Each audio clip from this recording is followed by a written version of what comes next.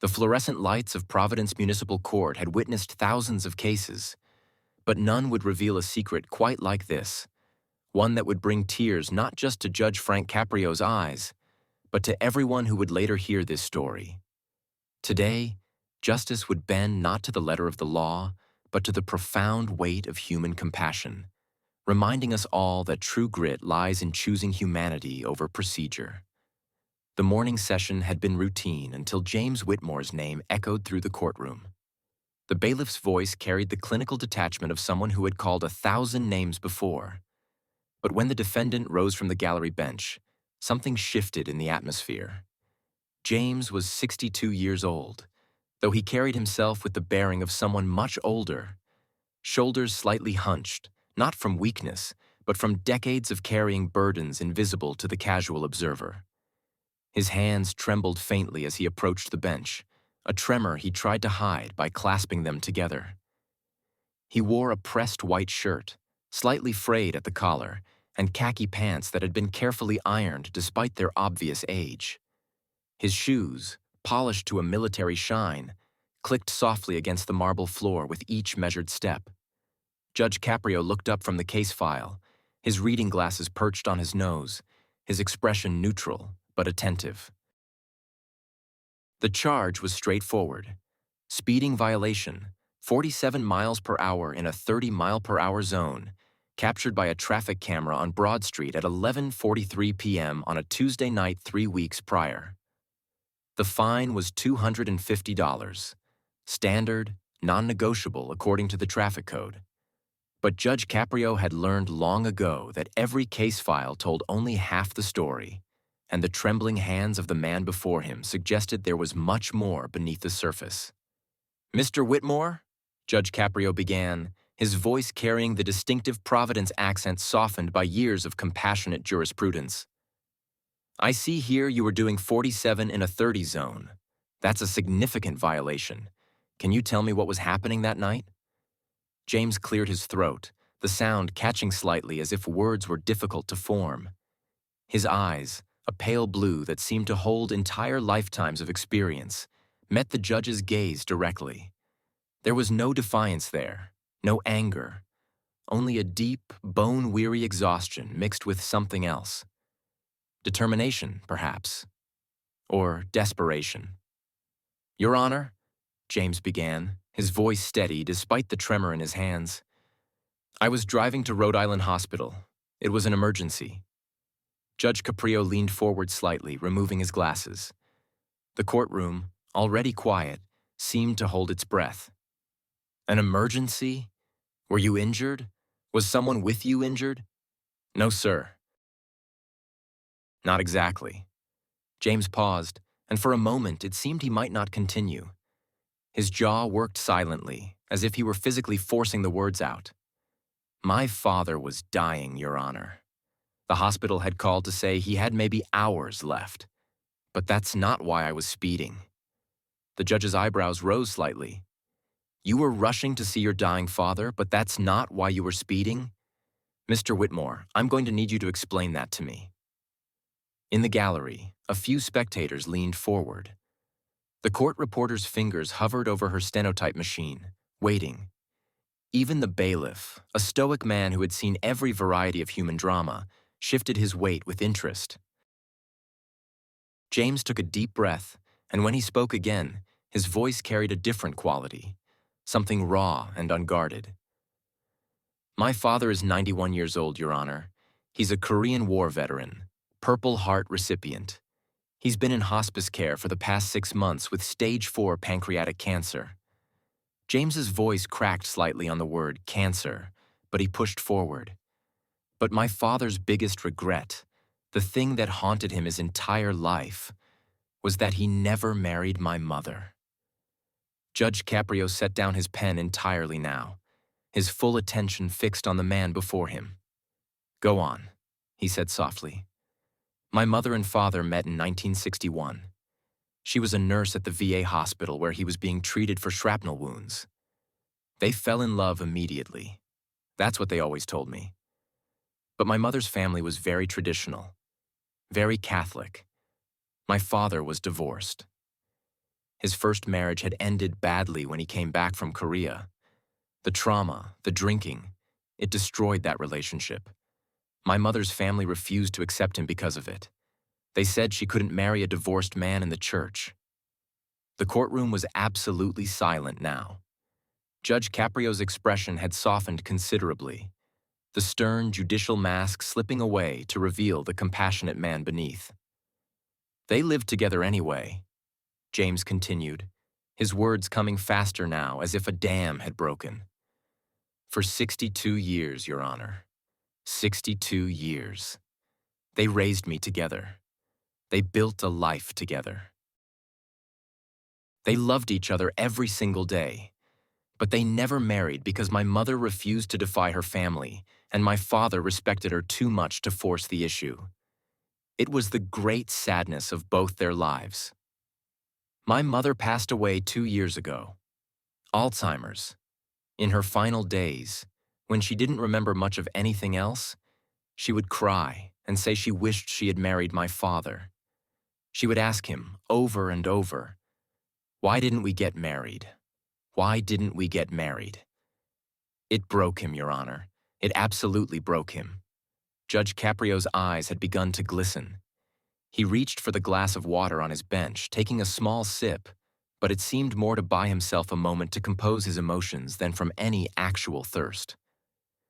When my father got his diagnosis 6 months ago, James said, his own eyes now red-rimmed, he told me his one wish before he died was to marry my mother. I didn't understand at first. I thought the medication was confusing him, but he was completely lucid. He said, "I want to marry her, Jimmy. I want to stand before God and marry your mother. I don't care if she's gone. I want to make that vow." A tear rolled down James's cheek, which he quickly wiped away with the back of his hand. I spent weeks trying to figure out how to make it happen. I contacted priests, ministers, rabbis, anyone who might perform some kind of ceremony. Most thought I was crazy, but then I found Father Miguel at St. Mary's. He's a young priest, very progressive. He said he would do it, a symbolic ceremony. He said love transcends death, and if it brought my father peace, he would honor that. Judge Caprio's hand had moved to his chest, pressing against his heart as if to steady it. That Tuesday night, 3 weeks ago, I got the call from hospice at 11:30 p.m. They said my father had taken a turn. They didn't think he'd make it through the night. But, Your Honor, Father Miguel was waiting at the hospital. We had planned the ceremony for the next morning, but we had to do it that night. It was our last chance. I had my mother's wedding dress in the car. I had the rings my father had bought 60 years ago and kept in a drawer all this time. I had flowers. I had everything ready because I knew this moment might come suddenly.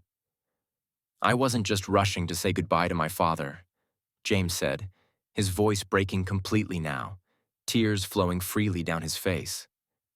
I was rushing to help him marry the love of his life. I was rushing to give him the one thing he wanted before he left this world.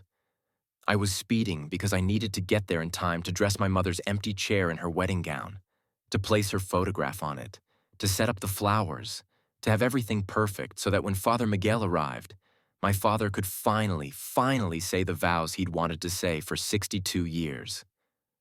The courtroom was no longer silent.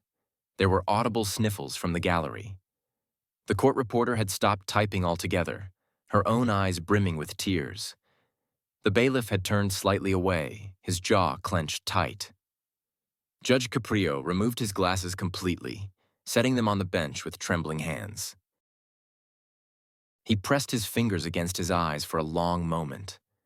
When he looked up again, his face was openly emotional, tears tracking down his weathered cheeks. "Did you make it in time?" the judge asked, his voice thick with emotion. James nodded, a small, sad smile crossing his face. "I did, Your Honor. I made it with 20 minutes to spare. We set everything up in his hospice room. Father Miguel performed the most beautiful ceremony I've ever witnessed. My father was so weak he could barely speak, but he said those vows, Your Honor. Every single word. I, Robert Whitmore, take you, Catherine Ann Morrison, to be my lawfully wedded wife." He said them looking at her photograph, holding the hand of her empty dress. "And Your Honor, I swear this is true." For just a moment, he looked young again. The pain left his face. He looked like the young soldier in the old photographs, full of hope and love. Did he? Judge Caprio couldn't finish the question.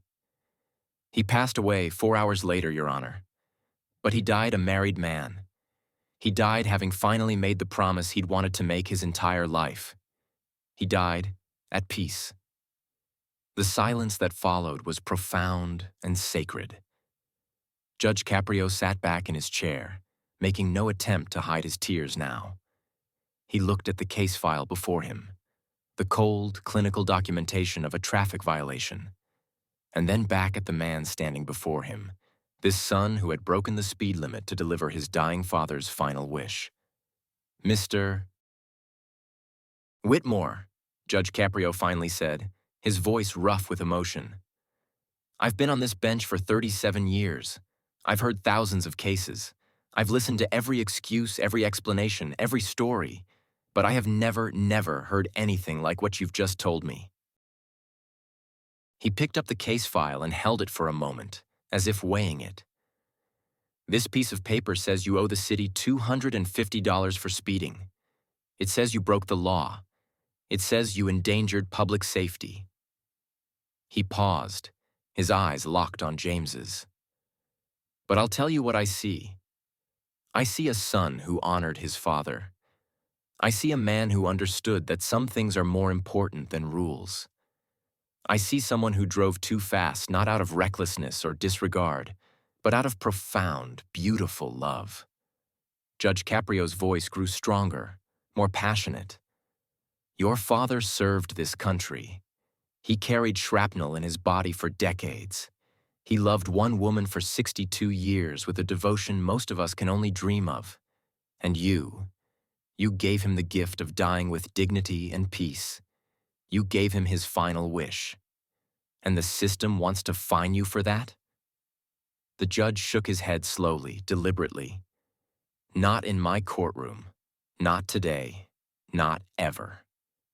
He brought his gavel down once, the sound sharp and final. "Case dismissed. All fines waived. Mr. Whitmore, you don't owe this court anything.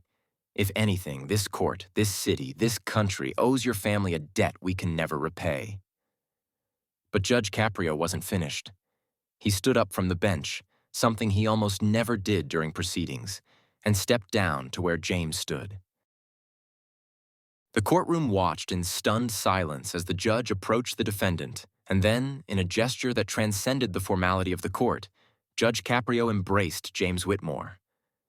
"Thank you," the judge whispered, loud enough for the microphone to catch.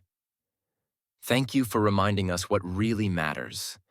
Thank you for showing us what love looks like. Thank you for honoring your father and mother the way you did." When they separated, both men were crying openly. Judge Caprio placed his hand on James's shoulder. "Your father was a hero in Korea, but you were a hero that night on Broad Street. Never forget that. Never let anyone tell you otherwise." James could barely speak through his tears, but he managed, "Thank you, Your Honor. Thank you." As James turned to leave, Judge Caprio returned to the bench, but he didn't immediately call the next case. Instead, he looked out at the courtroom, at the spectators wiping their eyes, at the court staff struggling to compose themselves, at the world beyond these walls that so often forgets the human heart beneath the letter of the law. "Let the record show," Judge Caprio said quietly, "that justice was served here today. Not the justice of fines and penalties, but the justice of recognizing that we are all human beings trying our best to love and honor each other in the time we have. That's the only justice that really matters." The video of that day's proceedings would eventually be viewed millions of times online. People from every corner of the world would watch Judge Caprio dismiss the case, would see him step down from the bench to embrace James Whitmore, would hear the story of a 91-year-old veteran finally marrying his beloved after 62 years. The comments would pour in, thousands of them, from people sharing their own stories of love and loss, of final wishes granted and regrets that still haunted them. But perhaps the most important impact happened in the smaller, quieter moments. The young prosecutor in the courtroom that day would later say it changed how she approached every case, reminding her that behind every violation was a human story. The court reporter would tell her own dying mother she loved her that very evening, mending a relationship that had been fractured for years. The bailiff would volunteer at the VA hospital, spending time with veterans who had no family to visit them. And James Whitmore would return home to the small house his parents had shared for 6 decades, where his father's ashes sat in an urn next to his mother's, finally united in death as they had been in life. Next to the urns, James had placed a photograph from that final night. His father in his hospice bed, dressed in his old suit, holding the sleeve of his mother's wedding dress. Father Miguel's hand raised in blessing, and on his father's face, an expression of pure, transcendent peace. The true measure of justice isn't found in the fines we collect or the rules we enforce. It's found in the moments when we recognize our shared humanity, when we choose compassion over procedure, when we understand that love, in all its forms, is the highest law we serve. Judge Caprio understood this. James Whitmore lived it. And a dying veteran got to experience it one final perfect time before he left this world. So here's the question that lingers, the one we must all ask ourselves. When faced with the choice between following the rules and honoring the deepest truths of the human heart, which would you choose? When someone you love is running out of time, how far would you go? And perhaps most importantly, when you have the power to show mercy, will you have the courage to use it? In the end, Robert Whitmore got his wedding. James Whitmore got to give his father peace. And Judge Frank Caprio reminded us all that the courtroom can be a place not just of judgment, but of grace. That's not just justice. That's humanity at its finest. That's love transcending even death itself. And that's a story worth speeding for.